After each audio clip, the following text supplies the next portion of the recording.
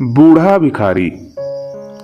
हर दिन एक भिखारी दरवाजे के पास आकर भीख मांगता था और घर का मालिक हमेशा घर के बाहर आते ही उसे देखकर फिर अंदर चला जाता था और कई बार उसके लिए गालियां भी बकता।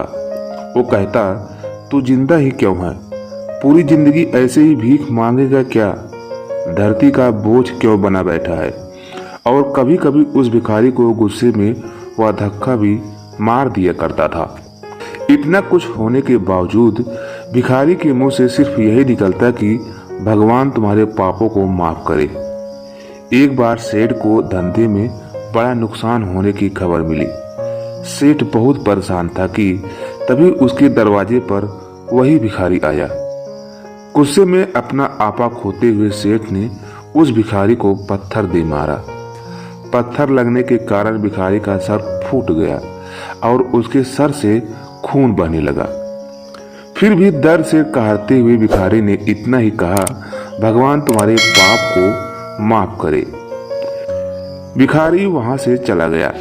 सेठ सोच में पड़ गया कि भिखारी को पत्थर मारा भी, फिर भी उसने सिर्फ प्रार्थना की। सेठ का मन शांत हुआ और भिखारी का रहस्य जानने के लिए सेठ ने भिखारी का पीछा करना शुरू कर दिया। भिखारी जहां जहां जाता सेठ उसके पीछे जाता। सेठ ने देखा कि कोई उसको खाना देता, कोई उसको मारता, कोई अपमानित करता तो कोई गालियां देता। लोग भिखारी के साथ चाहे जैसा व्यवहार करते, लेकिन भिखारी सबके लिए एक ही प्रार्थना करता, भगवान तुम्हारे पाप माफ करे। अब रात होने को आई थी। भिखारी अपने घर जाने के लिए लौटा। वो अपने घर पहुंच गया, लेकिन सेठ अब भी उसका पीछा कर ही रहा था। एक पुरानी टूटी हुई खटिया पर एक बूढ़ी औरत लेटी हुई थी। काफी कमजोर और बीमार लग रही थी। वह भिखारी की पत्नी थी। अपने पति को वापस आता देख वह खाट से उठ खड़ी हुई। पत्नी ने अपने पति की भीख वाले कटोरे में देखा, उसमें सिर्फ आधी बासी रोटी थी।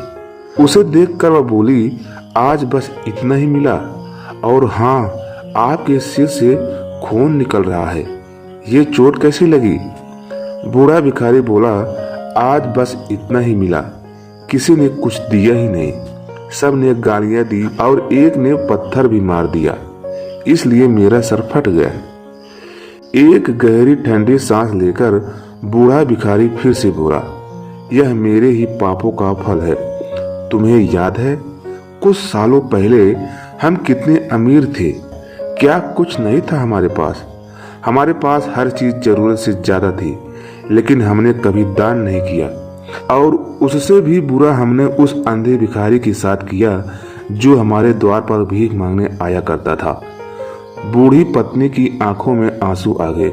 वह बोली, हाँ, हम उस बेचारे अंधे के साथ बहुत बुरा करते थे, उसका अपमान करते थे, उसे खाने के लिए रोटी की जगह कागज दिया करते, उसका मजाक उड़ाया करते और कभी कभी मारा भी करते। मैंने कभी उसको रास्ता नहीं दिखाया।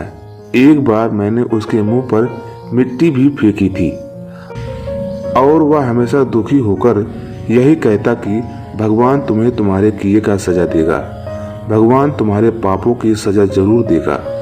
उसका श्राप सच हुआ और हम इस दुख भरी जिंदगी में आ गए। भिखारी बोला, हाँ, उसका श्राप सच हुआ, इसलिए मैं किसी को बद्दुआ नहीं देता।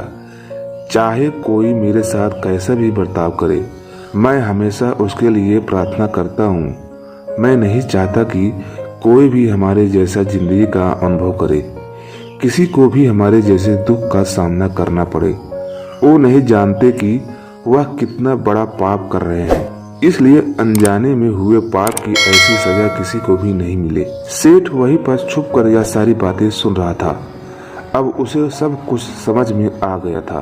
भिखारी और उसकी पत्नी ने वह आधी रोटी मिल बांट कर खाए और भगवान को धन्यवाद बोलकर सो गए। अगले दिन बड़ा भिखारी फिर से भीख मांगने गया। सेठ के घर के पास जाते ही सेठ ने पहले से गर्म रोटी उसके लिए निकाल कर रखी थी। उसे देते हुए सेठ विनम्रता से बोला, माफ कर दीजिए बाबा, उसे बहुत बड़ी गलती हो गई है। बूढ़ा भिखारी बोला, भगवान तेरा भला करे। इतना कहकर वह आगे निकल गया। इस कहानी से सीख जो लेने लायक है वह बड़ी ही सिंपल है कि आदमी चाहे किसी के बारे में बुरा कहे या भला करे, लेकिन भगवान सिर्फ कर्म के हिसाब से उसका फल देता है। क्या हुआ अगर भगवान नहीं देखता है कि, लेकिन यह बात बिल्कुल सच है, उसके खाते में सबका हिसाब बहुत बहुत पक्का होता है। इसलिए जब किसी के लिए कुछ भी करो तो अच्छा ही करो।